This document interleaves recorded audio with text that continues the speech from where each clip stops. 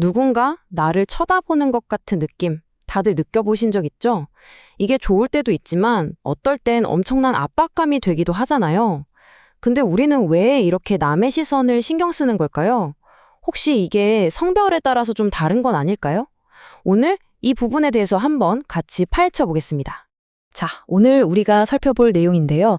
먼저 우리 모두가 느끼는 이 시선이 대체 뭔지부터 시작해서 남녀가 어릴 때부터 어떻게 다르게 자라는지를 한번 볼 거고요.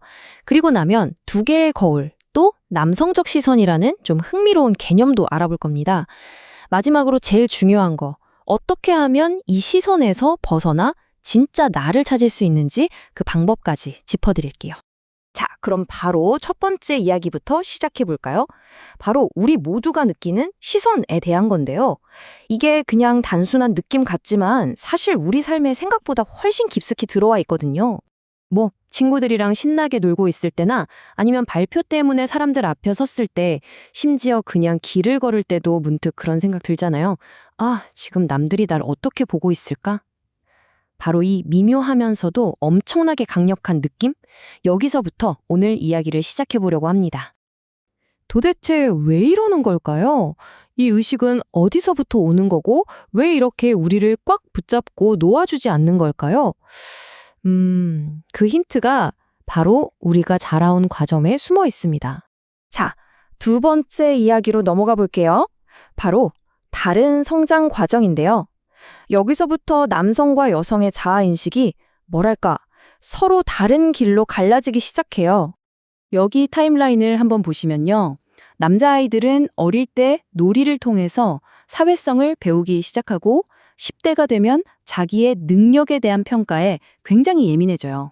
근데 여자애들은 좀 다르죠.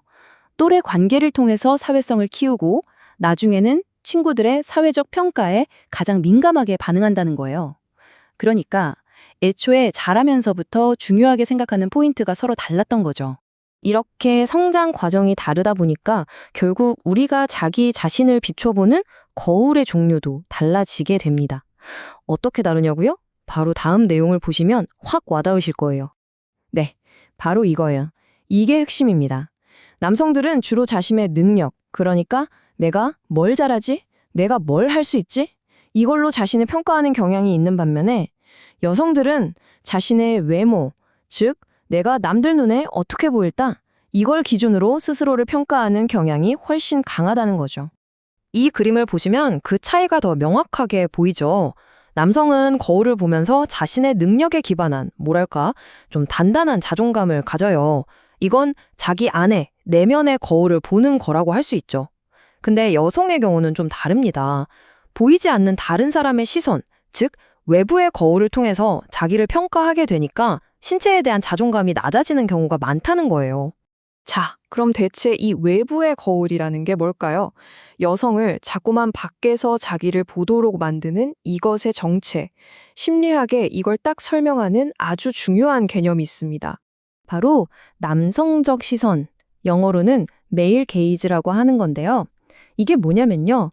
여성이 자기 외모를 볼 때 자기 눈으로 보는 게 아니라 마치 어떤 남자 혹은 다른 사람이 나를 평가하는 것 같은 그 시선을 내 안으로 가져와서 스스로를 판단하게 되는 심리 상태를 말해요.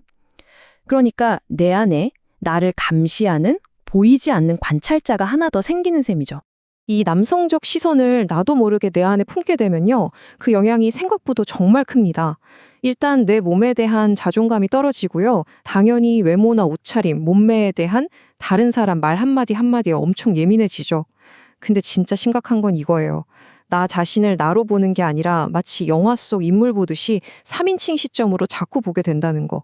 이렇게 되면 진짜 내 안에서부터 우러나오는 건강한 자존감은 점점 사라질 수밖에 없겠죠. 결국 이 느낌, 그러니까 나는 항상 평가받고 있어 라는 이 생각은요. 지금 보시는 이 이미지처럼 보이지 않은 엄청난 압박감이 되는 거예요. 이런 압박감 속에서 진짜 나로 사는 게 얼마나 어렵겠어요. 자, 그럼 이제부터가 중요합니다. 이렇게 우리를 옥죄는 보이지 않는 시선에서 벗어나서 어떻게 하면 나 자신을 온전히 바라볼 수 있을까요? 그 방법을 한번 찾아보겠습니다. 근데 여기서 오해하면 안 되는 게 에이, 그냥 남들 시선 다 무시하고 살자. 이게 아니에요. 사실 그건 거의 불가능하잖아요. 진짜 핵심은요. 나를 평가하는 그 기준점, 내 가치의 원천을 밖이 아니라 내 안으로 가져오는 거예요.